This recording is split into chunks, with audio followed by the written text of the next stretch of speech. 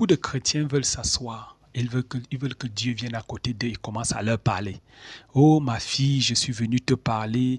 Ainsi. Non, c'est pas comme ça que Dieu parle. C'est pas comme ça que Dieu se manifeste à l'homme. L'homme doit être un homme qui est à la recherche permanente de la voix de Dieu. Quand tu es dans une phase de questionnement consécutif, tu te questionnes, tu te poses des questions, parce que c'est même pour ça que le Seigneur voulait enseigner un jour à ses disciples. Il marchait avec eux, il dit, que disent les gens en mon sujet? C'est-à-dire, la question qu'il posait, ce n'était pas trop pour savoir ce que les gens disaient de lui, mais c'était pour savoir ce que les disciples disent de lui. C'est comme ça. Donc, quand tu te questionnes, tu poses des questions, Seigneur, je ne comprends pas, qu'est-ce qui se passe dans ma vie? Qu'est-ce que Dieu va te révéler des choses terribles, même des choses qui ont vu le jour avant même que toi tu ne viennes au monde. Il va te révéler des choses qui combattent ta délivrance. Il va te révéler des choses. Quand tu vas dire, Seigneur, d'où vient ce problème? Comment ma vie, chaque fois que je fais un pas en avant, je dois faire 4 en arrière? Pourquoi ma vie n'avance pas? Tu te poses des questions, tu dis, ce n'est pas dans le cadre où tu murmures. Ce n'est pas dans le cadre où tu dis à Dieu, vraiment, je suis découragé. Non, non, ce n'est pas les plaintes. Non, jamais, jamais. Tu poses des questions parce que tu es à la recherche de la vérité. Tu veux savoir. Il est possible que les gens, n'est-ce pas, qui ont influencé négativement ta vie sans même le savoir parfois. Vous devez savoir que les gens qui nous ont précédés, eux, ils se disaient que peut-être la solution, c'est au bord de la rivière.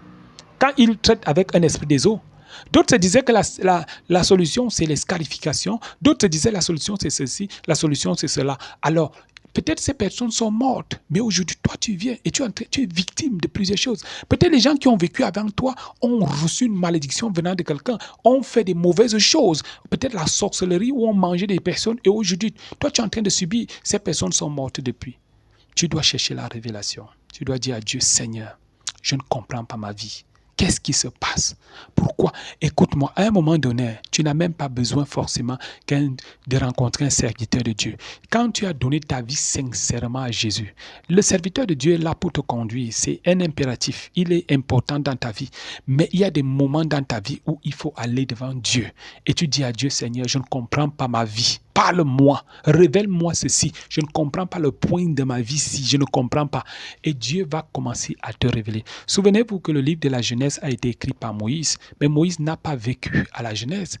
Dieu a pris Moïse en esprit et il lui a révélé les choses qui se sont passées à l'époque d'Adam et Ève. Dieu peut aussi te ramener dans le passé pour te montrer des choses qui se sont passées avant que tu ne viennes. Et maintenant, quand il t'a montré ces choses, tu peux les détruire par la prière. Je prie que Dieu te transporte et te révèle des choses que tu vas utiliser là au nom puissant